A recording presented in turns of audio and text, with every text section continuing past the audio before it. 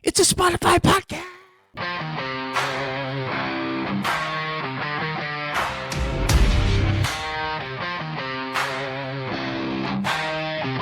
You pushed me down, thought I'd stay on the ground, counting me. What if I told you that one of the most important battles you'll ever have isn't about money or success or recognition? It's for the story people believe about you. Think about that. Every person you have ever met has a version of you living inside their mind. Your family, your friends, your coworkers, your neighbors, even people you've only met once. They all carry a story. Some stories are accurate, some stories are incomplete. Some are based on one conversation, one mistake, one rumor, one moment you wish you'd never happened. And here's something that took me years to understand. Most people never question the story they were given. They simply repeat it over and over and over again. Now let me ask you something. Who wrote that story? Was it you or was it someone else? Because if someone else wrote the first chapter and everyone keeps quoting it, you may spend years trying to convince people they've been reading the wrong book. Think about that. How much of your life has been spent explaining yourself, explaining your intentions, explaining your decisions, explaining your past, explaining something you never even did, or maybe explaining something you did, but that no longer represents who you are? How exhausting is that? You wake up every morning trying to live today while somebody else is still talking about yesterday. Here's something I believe. Every human being is a storyteller. Not because we all write books or because we all make movies or because every memory is a story. Every introduction is a story. He's a great guy. She's difficult. They're successful. He's dangerous. She's unreliable. Those aren't facts. Those are narratives. They're conclusions people reached after interpreting facts, or sometimes without any facts at all. And once those narratives begin, they have a strange way of spreading. One person tells another, then a person tells another. Eventually, people who have never met you already believe they know who you are. They've inherited someone else's story without ever asking whether the author was reliable. This is something I wish someone had taught me a long time ago. People don't just remember events, they organize these events into stories. And stories are incredibly powerful because stories answer questions. Who is the hero? Who is the victim? Who is the villain? Who should we trust? Who should we avoid? Every story answers those questions. Whether the storyteller intended to or not. Now here's where things sometimes get interesting. The same event can produce two completely different stories. Imagine two employees leaving the same meeting. The first one says, "Our boss challenged everyone's ideas because he wants us to improve." The second one says, "Our boss embarrassed everyone because he likes controlling people." Same meeting, same words, completely different story. Why? Because facts are the only part of the narrative. Meaning is the other, and the human beings are meaning-making machines. We don't just collect information, we explain it. sometimes correctly, sometimes incorrectly, sometimes emotionally, sometimes selfishly, sometimes through fear, sometimes through love, sometimes through pain. But we're always explaining, always connecting the dots, always building stories. And here's the problem. When enough people repeat the same story, it begins to feel like the truth, even when it isn't.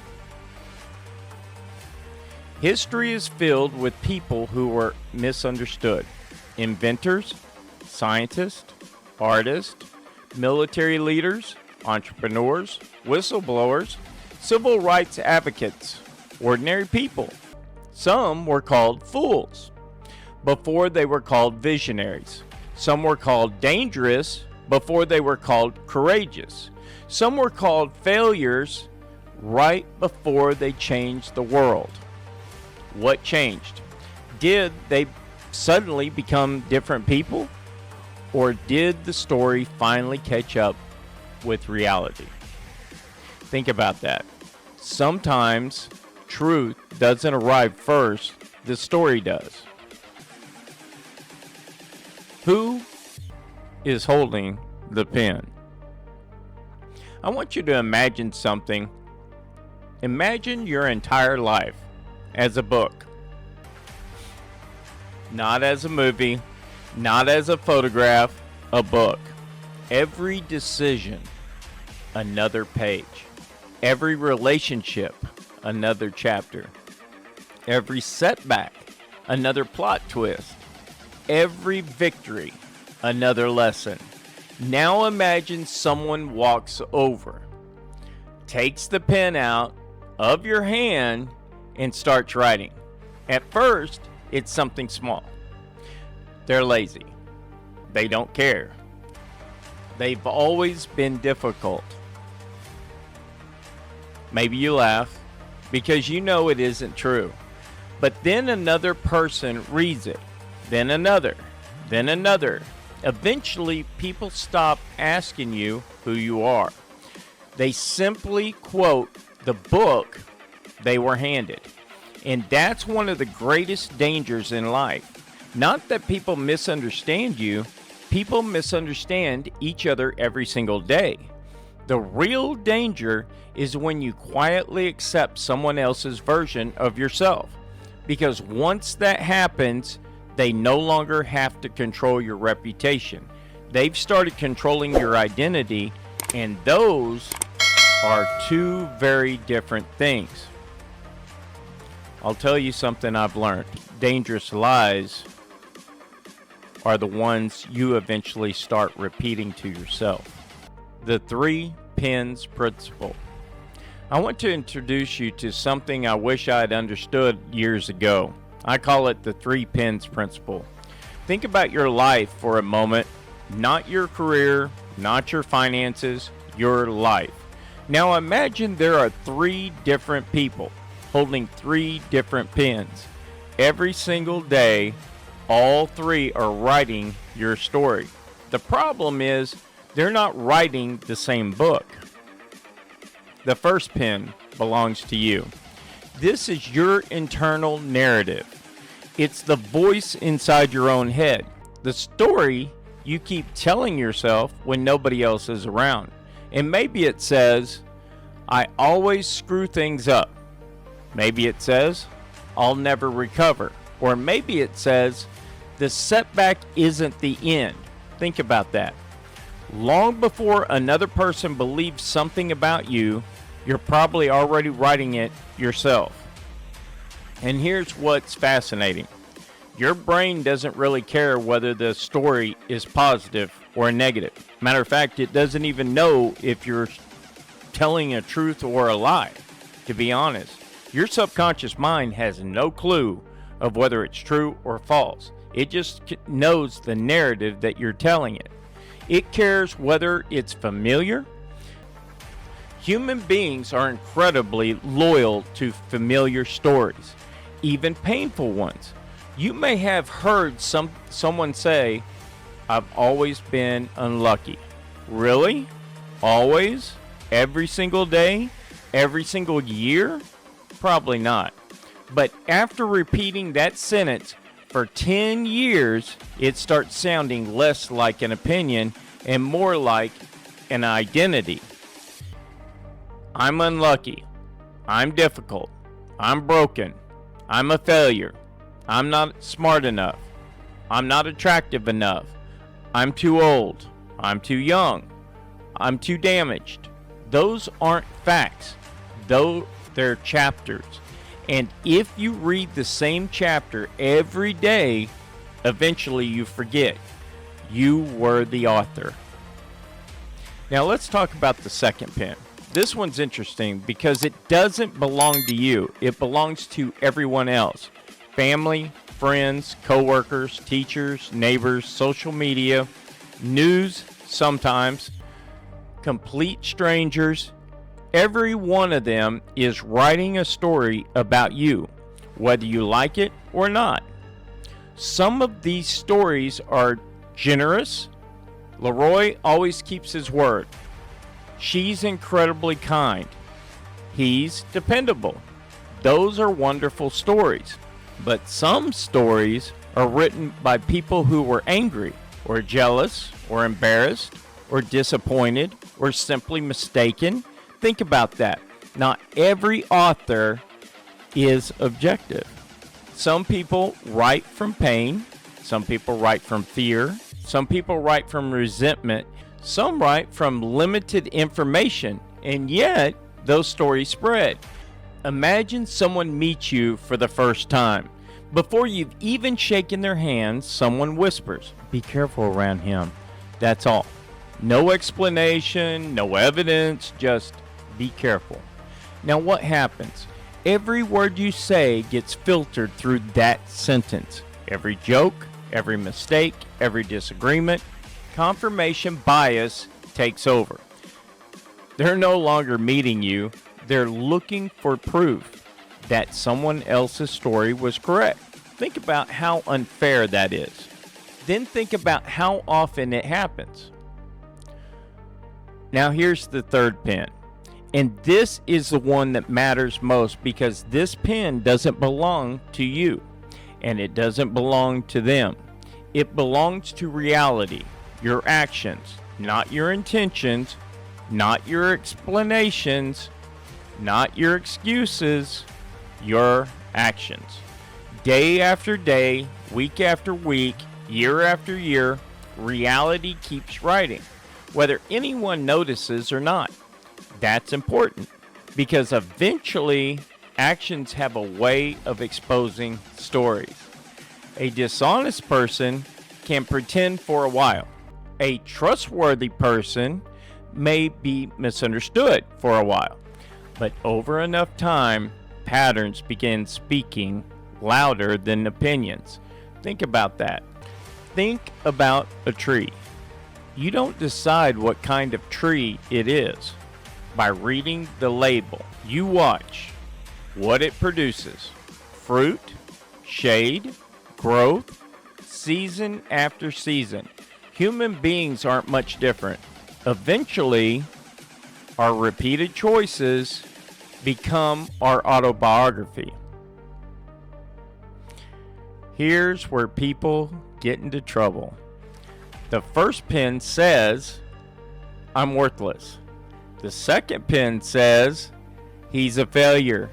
But the third pen keeps showing someone getting back up, showing up for work, learning, helping people, improving, growing. Which pen should you believe? Think about that. Sometimes your own thoughts are lying to you. Sometimes other people's opinions are lying to you. Reality usually isn't. Reality simply asks, what did you actually do? Not, what were people saying? Not, what were you afraid of? Not, what rumor was spreading? What did you do? Constantly, every time. That's where identity begins, not in words, in patterns. Here's a question. that completely changed the way I think. How much of what you believe about yourself did you actually discover? And how much did someone hand to you? Think about your childhood. Somebody probably called you the smart one or the difficult one, maybe the quiet one, the athletic one, the troublemaker, the responsible one, the black sheep, the favorite, the disappointment. Children hear these labels long before they're old enough to question them. A little boy hears, "You're stubborn," enough times, and eventually he stops asking, "Am I stubborn?" He starts saying, "I am stubborn." A little girl hears, "You're shy," and before long, she introduces herself to the world through someone else's description. Think about that. One sentence repeated enough times can become a lifelong identity. Not because it's true, because it's familiar. Families do this, schools do this, companies do this, communities do this, sometimes entire countries do this. People become known for one chapter instead of the whole book. Someone struggles financially for a few years, now they're bad with money. Someone makes one terrible mistake, now they're that person. Someone changes careers, they're unstable. Someone asks difficult questions, they're a problem. Notice what happened. Growth stopped, the story froze. But human beings aren't photographs. We're moving, changing, learning, falling, recovering. Imagine if someone judged your entire life by your worst Tuesday. How accurate would that be? Not very. Yet we do this to each other all the time, and sometimes we even do it to ourselves. This is why I believe one of the greatest acts of resilience is refusing to let your worst chapter become your title. Because every author knows something that readers often forget. The middle of the book isn't the end of the story. All right, now I want you to do something with me. Not tomorrow, not next week, right now. I call this the Narrative Audit. Before you can rewrite your story, you need to know whose story you've been reading. Whenever you catch yourself thinking something about yourself, stop just for a moment and ask 5 questions. Question number 1, who told me this? Think about that. I'm not good enough. Who told you that? A teacher, a parent, an ex, a coach, a stranger on the internet? Or was it simply one bad experience that you've replayed for 15 years? Question number 2, what evidence supports it? Not feelings, evidence, specific evidence, repeated evidence. Because feelings can be honest. Without being accurate, those have been my moments in my life where I felt like giving up. That feeling was real, but it wasn't a prediction, it was a moment. There's a difference. Question number 3, is this one event or a repeated pattern? That's a big one. One failed business doesn't make you a failure. One bad relationship doesn't make you an impossible to love. One mistake doesn't define your character. Patterns matter, one chapter does not. Question number 4, would I say this to someone I love? Imagine your son, your daughter, your best friend. They come to you and they say, I made one mistake. Would you answer, you're a complete failure? Of course not. So why do we speak to ourselves in ways we'd never speak to the person we love? And finally, question number 5. Does this story help me move forward or keep me trapped in yesterday? That's the narrative audit. 5 questions, simple, not easy, but simple, because clarity always begins with better questions. Why people rewrite history. Here's something fascinating about memory. It isn't a video recording, it's a reconstruction. Every time we remember something, our brain rebuilds it. Sometimes accurately, sometimes not quite. That's true for all of us. Think about family. Think about family gatherings. 3 siblings, same childhood, 3 completely different stories. Who remembers correctly? Maybe all of them, maybe none of them. Because memory doesn't only record events, it records meaning, and meaning changes. Now, add emotion, and conflict, and embarrassment, and fear. Now memory becomes even more complicated. This is because people sometimes rewrite history, not always because they're malicious, sometimes because the new version protects their identity. Think about that. Imagine someone treats another person badly. Years later, instead of saying, "I handled that poorly," they've been saying, "Well, they deserved it." Notice what happened? The story changed. Not necessarily because the facts changed, because the storyteller needed a different ending. Human beings don't just protect their bodies, we protect our identities. Sometimes we protect them by changing the story. That's why evidence matters, documentation matters, honest reflection matters, because memory can drift. Evidence anchors it. Stop defending your entire life. This one changed everything for me. Imagine someone says, "You're selfish." What's your first instinct? Mine used to be to start presenting evidence. I helped you last year. I drove you to the airport. I stayed up all night helping you. I did this. I did that. Before long, I'm presenting Exhibit A, Exhibit B, Exhibit C, maybe a PowerPoint presentation, maybe a documentary series. But notice what happened. I'm no longer deciding whether the accusation is true. I'm trying to prove I'm a good person, because those are 2 completely different conversations. Someone makes one accusation.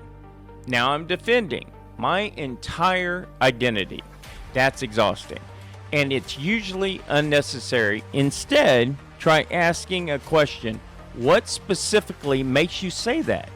Notice the difference. Now we're talking about behavior, not identity. Maybe they say, "You forgot my birthday." That's something you can discuss. That's concrete. That's specific. Maybe you apologize. Maybe you explain. Maybe you disagree. But at least you're discussing one event, not your entire life. Specificity protects perspective. Reputation is a shadow. Here's a distinction. I wish someone had explained this years ago. Your reputation isn't you. It's a shadow. Think about it. Think about standing outside on a sunny day. Your shadow changes depending on where the light comes from. Morning, long shadow. Noon, short shadow. Evening, long again. Did you change? No. The light changed. Reputation works the same way. Different environments create different shadows. One company thinks you're brilliant. Another thinks you're difficult. One friend thinks you're hilarious. Another thinks you're too serious. One customer loves your work.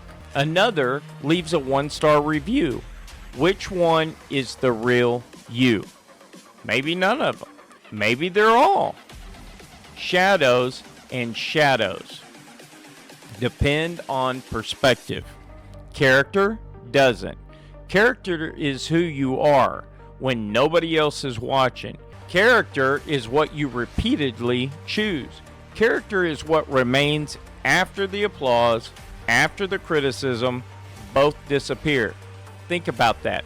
Spend too much time chasing reputation and you'll eventually start performing. instead of living, but build character, and eventually your reputation has a chance to catch up. Not always, but often, and if it never does, at least your life still belongs to you. I would rather spend 20 years building character than 20 years managing appearances, because appearances are rented. Character is owned. The mirror and the window. I want to leave you with one more idea before we move on. Imagine you're standing in front of a window. You can see the world. Now imagine the same window becomes a mirror. Suddenly, you only see yourself. Some people live their entire lives looking through windows, learning, observing, growing. Others turn every conversation into a mirror. Everything becomes about them, their fears, their insecurities, their assumptions. When someone tells you who they think you are, ask yourself something. Are they looking through a window or into a mirror? Because sometimes people aren't describing you at all. They're describing what they expect to see, their experiences, their disappointments, their fears, their history. Think about that. The same person can be called inspiring by one individual and then threatening by another. Why? Because people don't just react to who you are. They react to what you represent inside their own story. And once you understand that, you stop trying to control every opinion, because you realize some opinions were never really about you. The evidence ledger. I want to leave you with one final framework. I call it the evidence ledger, because here's the truth. Life keeps score, not the score social media keeps, not the score gossip keeps, not the score your life critics keep. Life keeps score. Think about that. Every decision you make is another entry. Every promise you keep, another entry. Every promise you break, another entry. Every apology, every act of courage, every act of kindness, every time you tell the truth when lying would have been easier. Another entry every day. Whether anyone notices, your life is writing evidence, not arguments, evidence. And over enough time, evidence becomes difficult to ignore.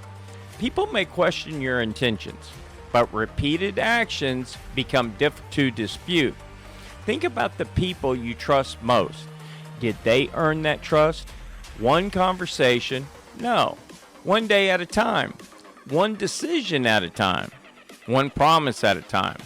Trust wasn't built by words. It was built by evidence. And the same thing is true about your own life. Don't become obsessed with changing everyone's opinion. Become obsessed with building evidence. Evidence of integrity. Evidence of discipline. Evidence of courage. Evidence of kindness. Evidence of consistency.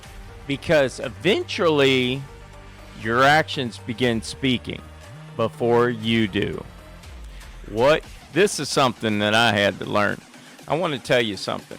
There have been moments in my life where I wanted everyone to understand my story. Matter of fact, not too long ago, I wanted people to know my intentions, to understand my decisions, to see what I saw, to feel what I felt.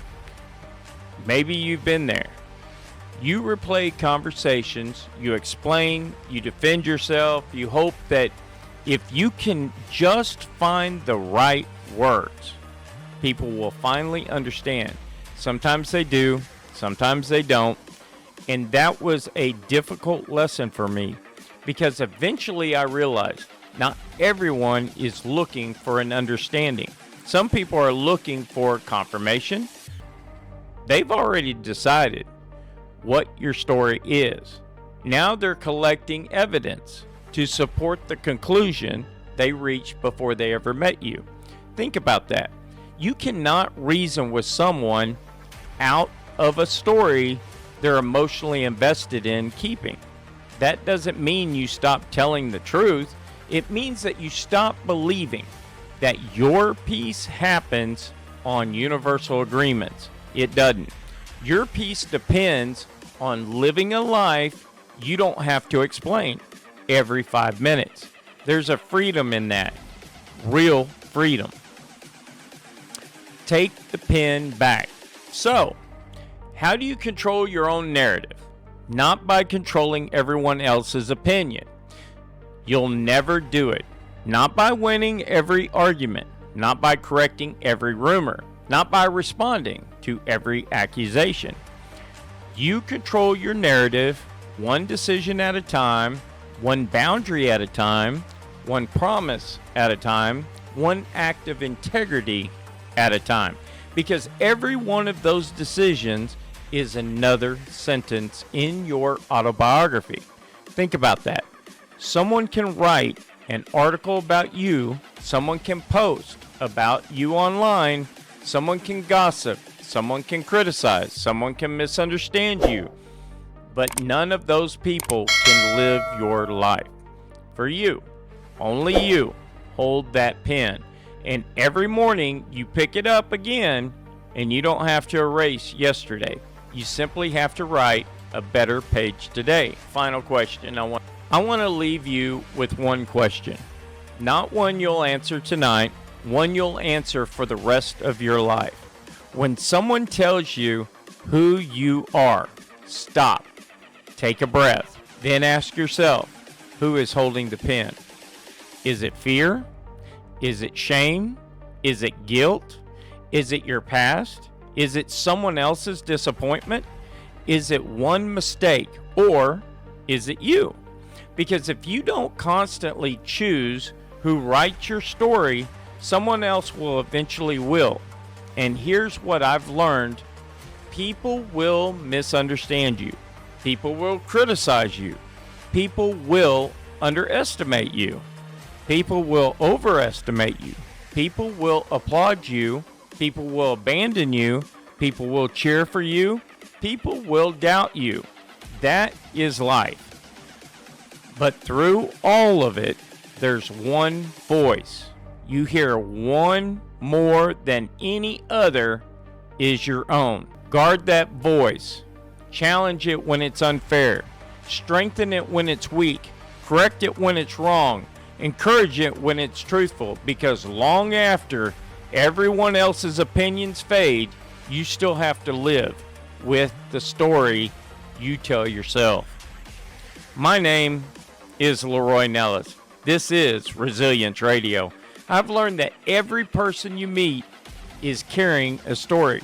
Some stories inspire us. Some stories warn us. Some stories limit us, and some stories set us free. But there is one story more important than any others, the one you choose to live every day. Someone is writing something about you. Some people will write criticism. Some people will write assumptions. Some people will write about fear. Some people will write that, you don't know what the hell you're doing. Who cares? Some people write fiction. Let them. Because while they're busy writing about you, you have sometimes far more important things to do. You have another page to write. So don't spend your life editing someone else's book while leaving your own unfinished. Take the pen back. Write with integrity. Write with courage. Write with humility. Write with discipline. Write a story that your future self will be proud of. Godspeed, stand for the Constitution, and never surrender your ability to think for yourself. I'm LeRoy Nellis, and I'll see you on the next episode of Resilience Radio. Good night.